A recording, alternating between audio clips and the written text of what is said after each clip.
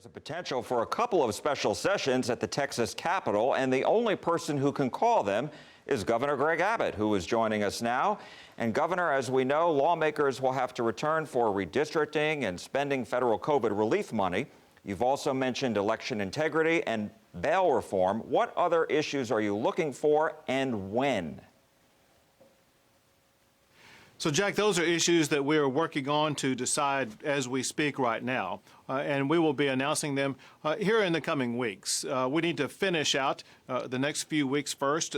So even though the session is over, I'm still going through the process of having to read through literally more than 1,000 bills and decide whether or not to sign or veto those bills. And it'll be after that when decisions are made about when we will have upcoming sessions, as well as what the agenda will be for those sessions.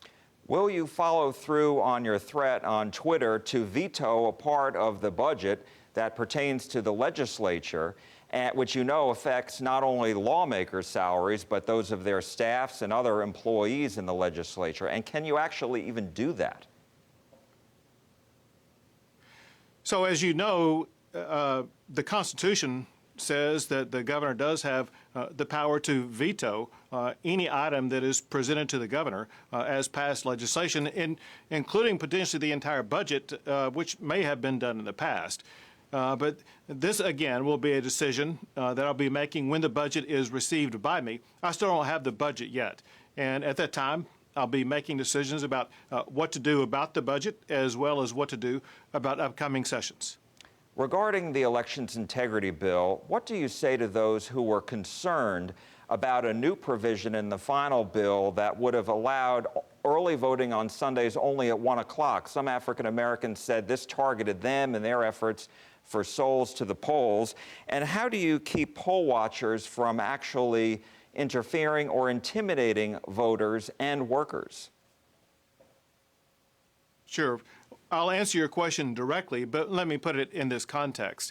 And that is, it's important for Texans and Americans to know that what this Senate Bill 7, this election integrity bill did, it actually increased the number of hours that were required for polls to be open in comparison to current law. So it did not reduce hours, it increased hours.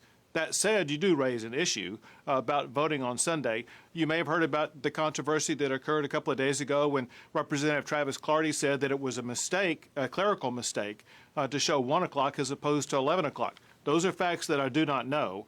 That's just the context for your audience. I agree that on that Sunday, there should be plenty of time for people to be able to vote, including having earlier hours, so that it's clear but also factual that there is no discriminatory intent whatsoever. I believe throughout the entirety of this legislation, there is absolutely no discriminatory intent, period. And one way to ensure that is to ensure plenty of time to be able to vote on that one Sunday during early voting. And then quickly, Governor, following up as far as the poll watchers, how would you guarantee that they don't intimidate voters and then workers as well?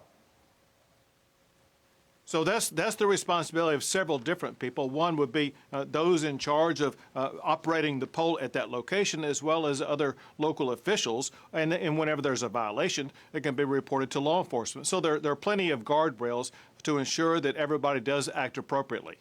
Wanted to ask you about the power outage bills. Do you think that enough was done during the session to guarantee that the state of Texas will never experience those deadly power outages that we saw? And also, some have called for some kind of credit for ratepayers, homeowners against future increases. Will you be adding that specifically to a special session? Sure.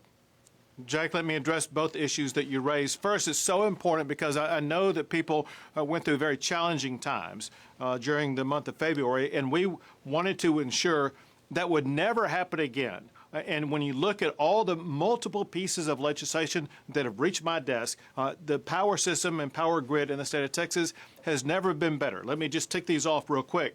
Number one, there is enhanced, much greater accountability in ERCOT, the power grid system, as well as in the Public Utility Commission.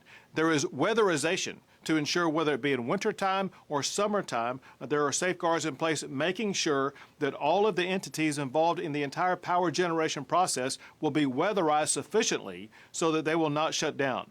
There's also what's called critical infrastructure protection. What that means is, as you may recall during the winter storm, there was a blackout imposed by ERCOT, but it left the lights on in downtown Dallas. It left the lights on in hospitals, but it shut down everything else. It should have exempted power generating facilities from being shut down, but it did not exempt those, and that is one of the things that led to the prolonged outage, because power generating facilities themselves got frozen. And we need to make sure, or not need to make sure, we did make sure that will never happen again.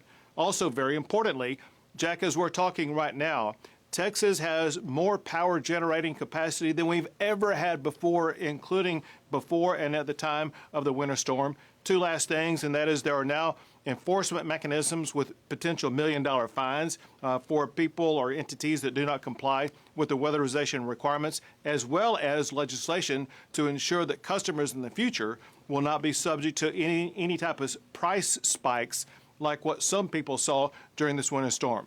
And I'll use that to transition into your other question, and that is, do I think that we should seek legislation assisting consumers? I'm always in favor of that. If there's legislation that we can pass that would assist consumers, I'm all in favor of it. All right, Governor Greg Abbott, we will have to leave it there. Appreciate all of your time today, sir. Thank you very much. Thank you, Jack.